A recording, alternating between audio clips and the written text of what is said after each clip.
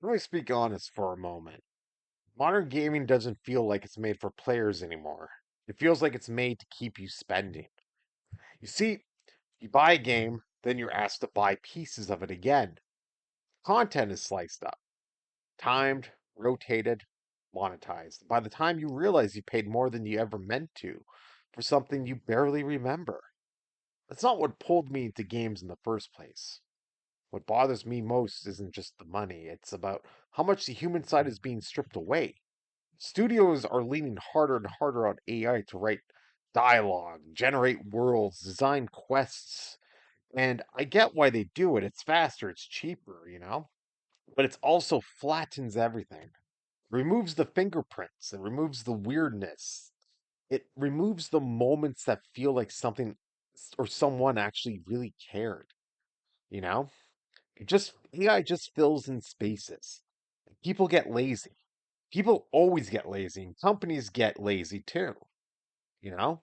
So they depend more and more on it. And sooner or later, you don't even know what you got. You got a bucket of slop right there, hoping that somebody comes in and pays for it.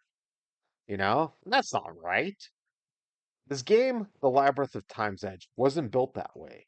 It's built slowly, actually, over years.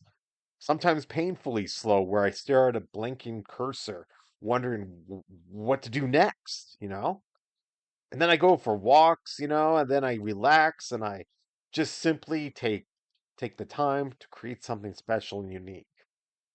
Every room exists because I imagined it. I wrote it and decided it deserved to be there. Not because it tested well, not because an algorithm suggested it, but because it felt right. And I'm not selling you parts of it. I'm not asking you to keep up with seasons or game passes or any of that garbage. The whole thing is here. You could walk around, you can come back months later and nothing is gone. You're not punished for living your life. You could save your game. Yeah, I also believe imagination is being treated like a weakness in modern day games. When it used to be the point. Everything is shown now. Everything is rendered, highlighted, explained. There's no room left for wonder. No space to get lost inside your own head. This game, The Labyrinth of Time's Edge, gives that space back. It trusts you to fill in the blanks. It lets silence exist. It lets mystery stay unresolved. Your imagination does the heavy lifting, and honestly, that's where the magic still lives. I'm not saying this game is better because it's free. I'm not saying this game is better because it it relies on nostalgia. It relies on a lot. I'm not saying that. You could play my game. My game is meant to be enjoyed like a fine glass of wine. I don't drink, but I assume fine wine is nice. But if you want to use your imagination, you want a story, you want to feel like the adventurer, you want to listen to like medieval lute music or whatever when you're playing the game, that's what my game does. My game gives the space back to you, you know. It trusts you to fill in the darkness. It lets you understand that you are an adventurer, that you will meet strange creatures and people. Now I'm not saying that the game is, you know, the game's for everyone, all right? I'm just saying that it's better because it's honest.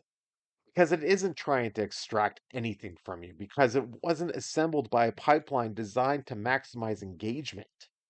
It wasn't built by a it was built by a person who still believes game could feel personal.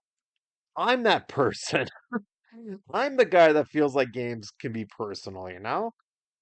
Like look at the new Metroid game. That game sucks.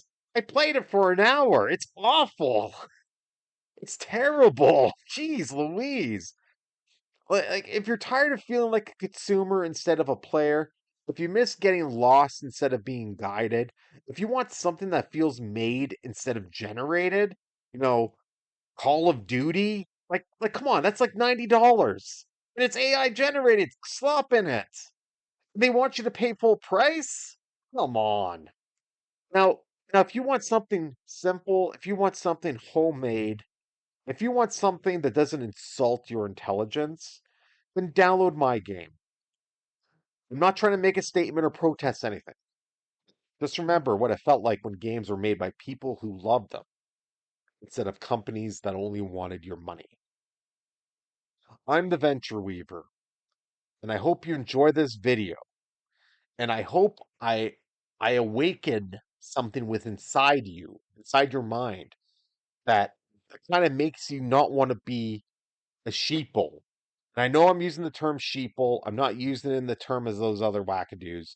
Um, but those sheeple that constantly only follow the trends made by companies they feel nostalgia for, like Nintendo. Nintendo's only main thing is fueled by nostalgia. Nintendo as a whole, in my opinion, now, not back then, now, is a joke and a company that only wants to milk you dry. Look at Call of Duty. They did the same thing until they got called out. Look at that Mortal Kombat collection with the AI generated icon faces of like Sub Zero. Like, really? Like you're gonna pay $90 for that? That's your goal. $90 for something they don't even care to take the time to make for you, the consumer, the player. Give it 10 years and everything's going to be worse off than it is now in gaming. But hey, it's up to you. You want to be a pay pig? Go for it. Or do you want to play a game with substance and imagination and built with heart for the story and for the game itself? Hey, it's up to you. Link in the description below. That's enough of this Venture Weaver rant. Until next time, adventurers, stay to the truth, stay to the light, and may your lantern never burn out.